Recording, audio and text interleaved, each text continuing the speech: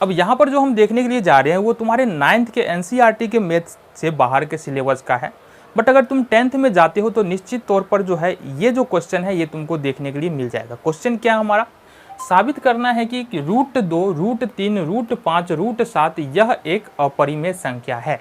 But हम यहाँ पर थोड़ा सा देख लेते हैं, क्योंकि जब यहाँ तुम देखे हुए रहोगे तो 10th में जाओगे, वहाँ पर जो प्रश्न होगा वो तुमको आसान लगेगा। ठीक है जी, तो अब देख लेते हैं।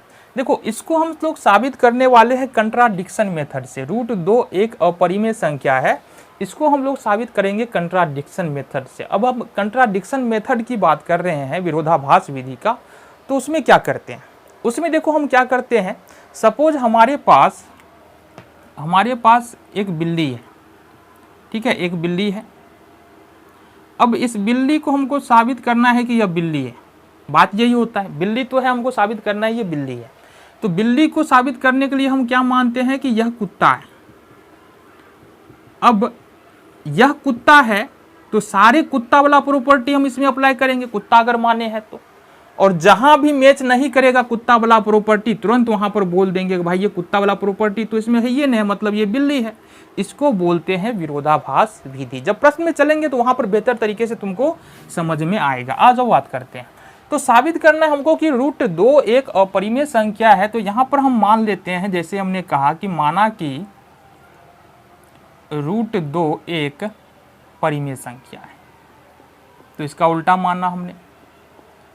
साबित क्या करना था, साबित क्या करना था तुमको, साबित करना था कि √2 एक अपरिमेय संख्या। देखो, और इसका उल्टा हमने माना कि √2 एक अपरिमेय संख्या है। चलो अच्छा, कोई भी परिमेय संख्या है ना, कोई भी परिमेय संख्या है वो P/Q के फॉर्म में होता है। ठीक है, इसका मतलब अगर 2 लिख रहे हैं तो बाबू ये 2/1 तो होगा ना, P/Q के फॉर्म में तो आएगा। अगर हम सपोज 5 लिख रहे हैं तो 5/1 आएगा, और 3/7 लिख रहे हैं तो ये भी P/Q के फॉर्म में। मतलब कोई भी परिमेय संख्या अगर है तो वो P/Q के यानी कि फ्रैक्शन के फॉर्म में होगा। इसका मतलब हुआ कि अगर √2 एक परिमेय संख्या है तो ये भी क्या होगा, अतः √2 बराबर भी हमारा होगा P/Q। अब P/Q है क्या, ये P/Q है, पूर्णांक है और Q बराबर 0 नहीं है, बस इतना ही बात है ना। तो P/Q जहां P और Q पूर्णांक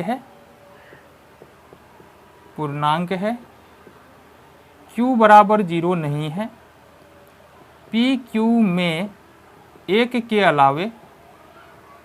अलावे कोई उभयनिष्ठ गुणनखंड नहीं है, कोई उभयनिष्ठ गुणनखंड नहीं है। अच्छा, ये लाइन बहुत ज़्यादा जरूरी है, क्योंकि इसी लाइन से हमारा क्वेश्चन बनने वाला है। कौन सा लाइन, इसको ध्यान रखना कि PQ में कोई उभयनिष्ठ गुणनखंड नहीं है, इसको ध्यान रखना बाबू, ये बहुत ज़्यादा जरूरी है। उभयनिष्ठ गुणनखंड का क्या मतलब होता है, जैसे अगर हम लिखे तुम्हारा 3/7 तो ये कटने वाला है क्या, नहीं कटने वाला है।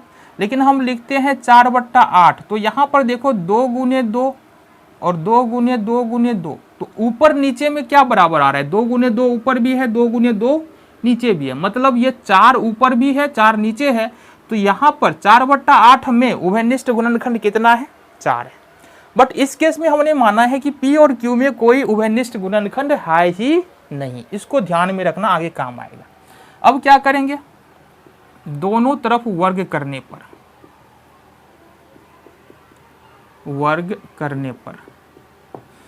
तो दोनों तरफ वर्ग करेंगे, इट मीन्स कि √2 का स्क्वायर और बराबर P/Q का स्क्वायर।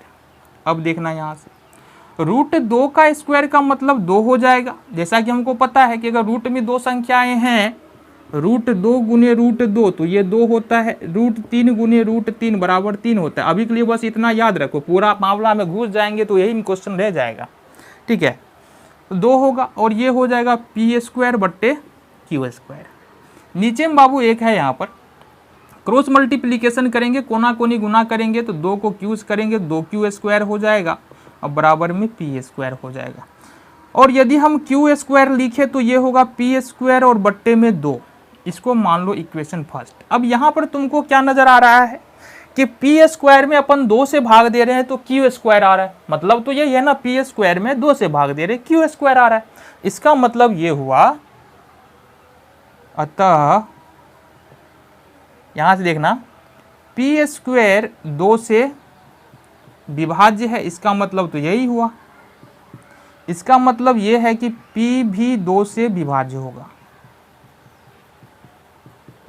यहां पर एक बात समझना है, यहां पर एक बात समझना है। देखो 16, देखो 4 का स्क्वायर 2 से कटेगा कि नहीं, कटेगा कि नहीं कटेगा। 4 का स्क्वायर कितना होता है, 4 का स्क्वायर 16 है ना, तो ये 2 से पूरा पूरा कट जाता है, 2 अट्ठे 16, तो 4 का स्क्वायर, तो 4 2 से कटेगा कि नहीं, कटेगा ना। तो मतलब कोई संख्या का स्क्वायर यदि 2 से कट रहा है तो वो संख्या भी 2 से पूरा पूरा विभाज्य होगा। तो यहाँ पर पी स्क्वायर यदि 2 से विभाज्य है तो पी भी क्या है, 2 से विभाज्य है। और कोई संख्या जिस संख्या से विभाज्य होता है वो उस संख्या का गुणनखंड होता है। सपोज 4 जो है वो 2 से विभाज्य है, इसका मतलब 4 का एक गुणनखंड क्या है, 2 है, या 4 का एक फैक्टर 2 है। ठीक है, तो यहाँ पर लिख सकते हैं 2 पी का गुणनखंड है। ध्यान रखना, ध्यान रखना। अब देखो यहां से इस बात को यहां से ध्यान रखना, ये यहां पर हम नोट डाउन कर दिए हैं, इस बात को तुम ध्यान रखना। आगे आ जाओ,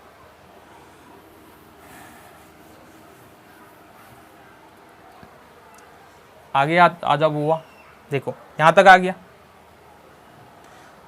समीकरण एक, हमने माना है क्यू स्क्वायर बराबर पी स्क्वायर बट्टे 2 को। तो अब अपन क्या करते हैं, P बराबर 2m पकड़ते हैं। 2m समीकरण 1 में रखने पर, समीकरण 1 में रखने पर गौर से समझना है। यहाँ पर हमने क्या किया कि P बराबर 2m समीकरण 1 में रखना है। समीकरण 1 है हमारा क्यू स्क्वायर बराबर पी स्क्वायर और बट्टे में 2।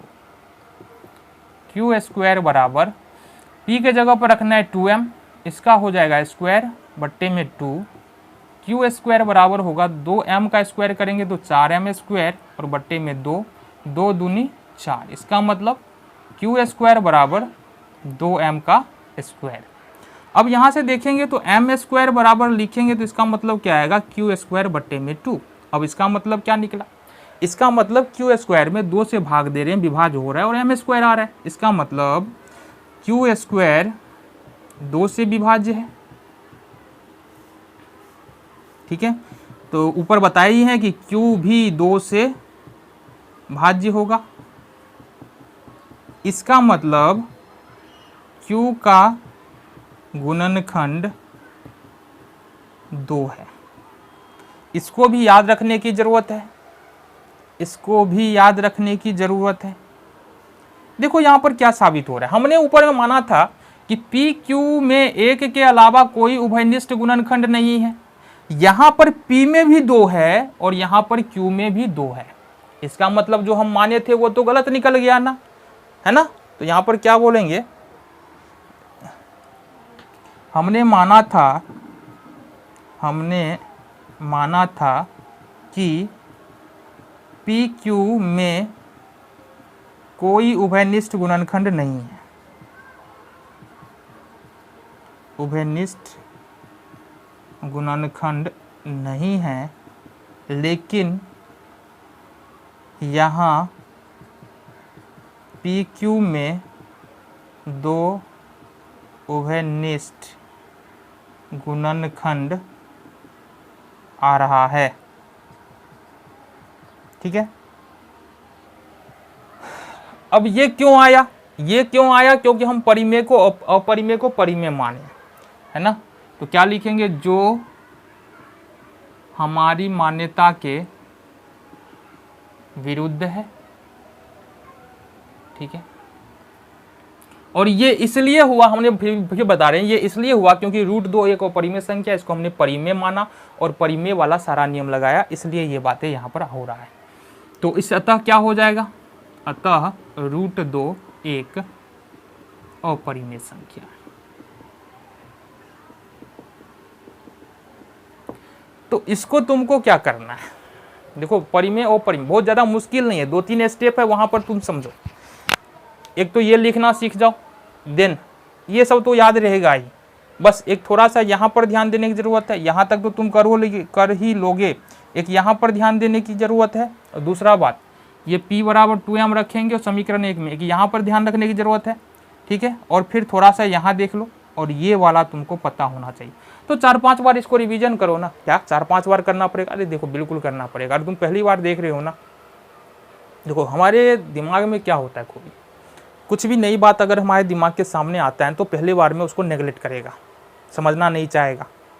जब 4-5 बार उसी बात को जब हम रिवीजन करते हैं, जब बोलते नहीं होगा होगा होगा, तो दिमाग फिर मानने लगता है कि यह काम तुमसे होने वाला है। इसलिए जो भी तुमको मुश्किल लग रहा है ना, उसको 4-5 बार रिपीट कर दो, वो आसान हो जाएगा। ठीक है जी।